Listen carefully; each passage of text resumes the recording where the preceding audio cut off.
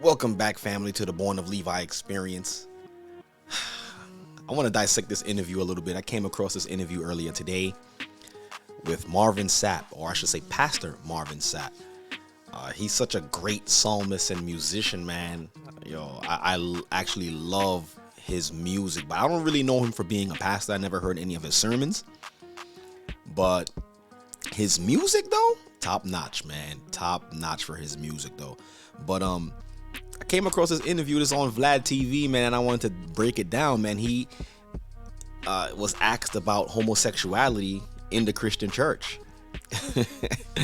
And, I'm surprised, with his response. And may the Most High be with him, man.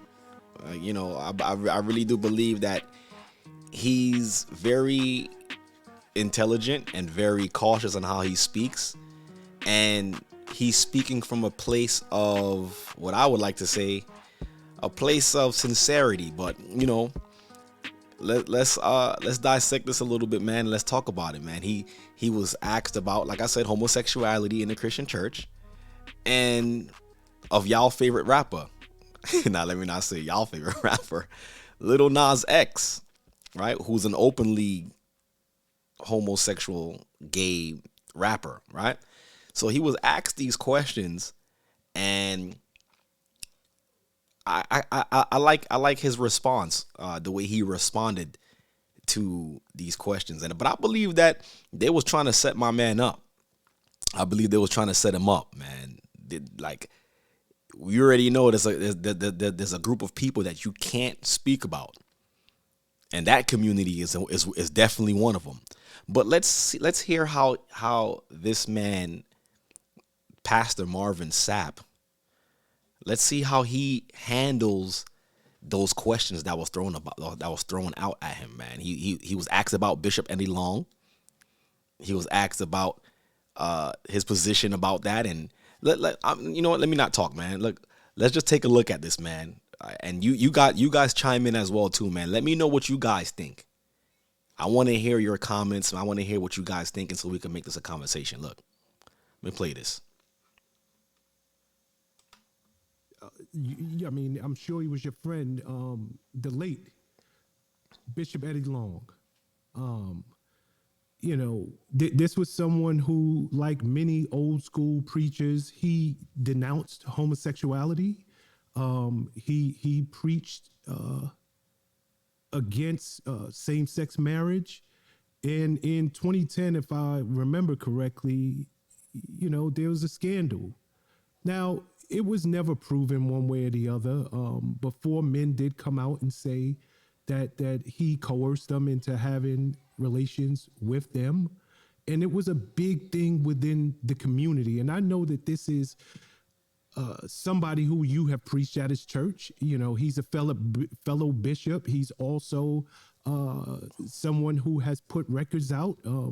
I love one of his records, Servant's Prayer. Oh, yeah. I think that it's a beautiful record. But when something like that hits the mainstream and it hits the community that hard, number one, did you ever suspect anything like that could be said about the man that you knew, Bishop Eddie Long? And two, how do you even handle this or internalize this moving forward? Because it reflects on everybody. Well, first off, I didn't know any of the details and still don't know any of the details and nuances of what happened. As a minister of the gospel of Jesus Christ, I stand on the scripture in Galatians 6:1. The Bible says something profound in Galatians 6:1. It says that if you find someone who is overtaken with a fault, those of you all who are spiritual are supposed to restore them in a spirit of meekness, considering yourself, lest ye fall to that same temptation. That is a major precept that he used. Oh, man, let me give this man a round of applause for that, man. He used a crazy precept. Oh, man. And the way he so eloquently broke it down is like, how could you be mad at him for stating his position after this now? So he's already on the side of the sympathy side, right? But let's continue, man. He's doing good right now. He's doing really good. Which simply means that, all of us, without question, have struggles and proclivities that we are subject to or may possibly fall in. But our responsibility as those who claim to be spiritual are supposed to help to restore the individual that has fallen. I agree with Meaning that. speak life in, meaning to affirm, not accept or look past what they've done. Of course, reprimand, but the goal is to restore and to put them back in position that they had fallen from. Because That is such a great response. He said to restore. He said, of course, to reprimand. So basically what he's saying is we're not going to overlook what that individual has done. We're going to reprimand, but ultimately we want to restore that individual. Oh man, I can't. And when I seen the thumbnail for this, I really thought that he was going to be like off with his response. But this brother, man, I believe that this brother is a man of the word. Like, he may not know the full truth as we may know, or what we believe is truth, but he's on track, man. That's a great example that a lot of these pastors who claim to be pastors need to listen to this man. Let's continue real quick, man. Oh man, he's doing good so far, right? Because that's what the shed blood of Jesus Christ was all about anyway. The reason why Jesus died is so that we can be put back in right position as it pertains to our relationship with God the Father. So, and he is correct with that as well too. I mean, that's the only reason why we believe what we believe. We believe that the promises is unto Israel, and through Christ's blood, we are being redeemed back to the Father. So he is right on that. He may still be on the Christian side of it, not really fully understanding his, let me not misspeak, because I don't know what this man knows. He may know something, but that response as far as restoring somebody who's in fault, because any sin that anybody is actually partaking in is error, right? Is an error, right? And we are not to look down on anybody. We must understand what they're going through, chastise where it need to be chastised, or reprimand where it need to be reprimanded, and to restore them. Because why? At the end of the day, that could be either you or me. So we are not to point fingers and look down at anybody. But man, he's a class act, man. He's really representing right now. But let's continue, because I want to get to the part where he was asked about Lil Nas X. We're gonna get to that part too. My goal has never been for any preacher, Eddie or anybody else, or any person that's in the pews, because the Bible is clear that all of us have sinned and come short of the glory of God. So I look at Bishop Long and what he was accused of as something that was heinous. I look at it as something that was horrible. And at that moment, when I heard it, I did two things. I never tried to judge the situation, but I made sure that I prayed for the victims, and I also prayed for him.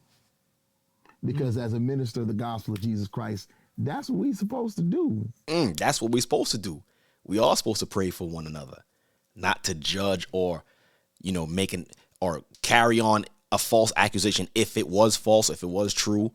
But at the end of the day, we are to extend the same mercy that that we would want at the end of the day. Oh man, he's hitting it on the nail, man. And that's what I did. Now, people was hot because they was like, well, how you going to pray for him? Because if it's true, he needs prayer. And if it ain't true, he needs prayer. And the victims need prayer. So, rather than sitting in a position of judgment, I'd rather sow what I expect to receive if I find myself in a similar situation. And that is, I'm going to always sow mercy because I want to Ooh. receive mercy. Woo! I'm always gonna sow mercy because I in turn want to receive mercy, man. Yo, listen, man.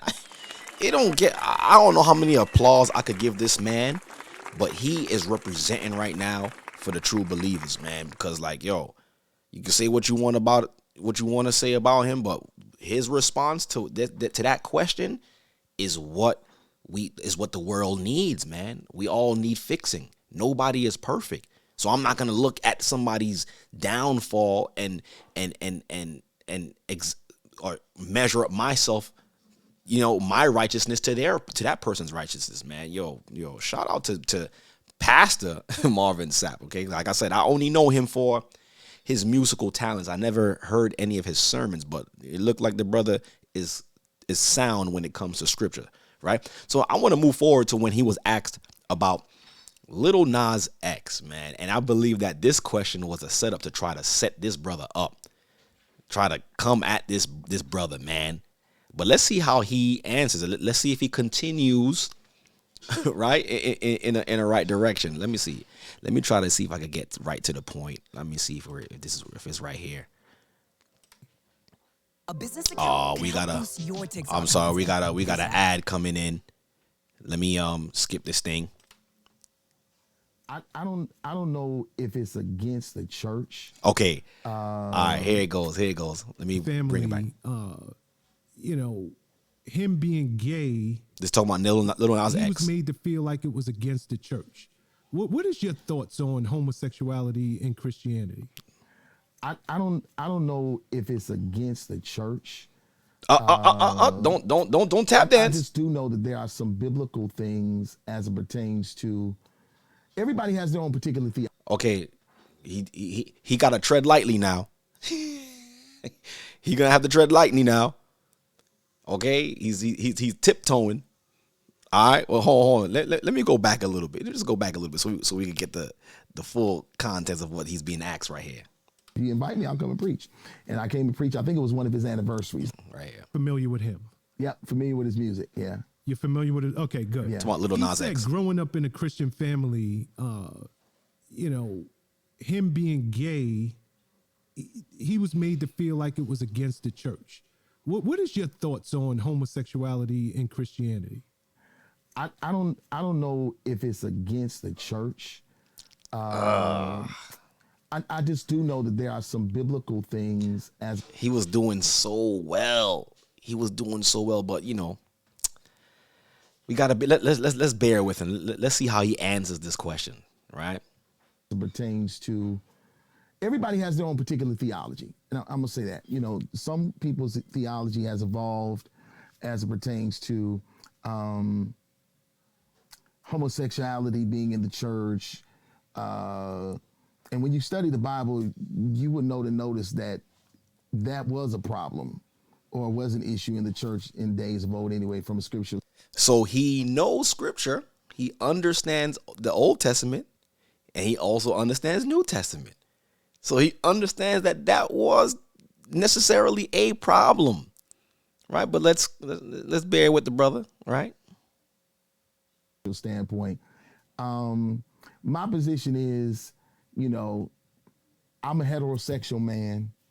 I believe in, a man and a woman being together.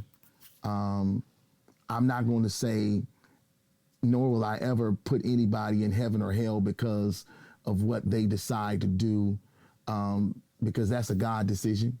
He's going to decide where people end up based upon their lifestyle. And I preach what I believe, and I simply believe that, And you see what he's doing? That is also strategic and very smart of him to do this. Listen, I have what I believe, and I'm not the one who's going to send people to heaven or hell. Put the responsibility on God. Put the responsibility on the Most High, because it's not me who said it. It's God who said it. So don't be mad at me. I'm just a messenger.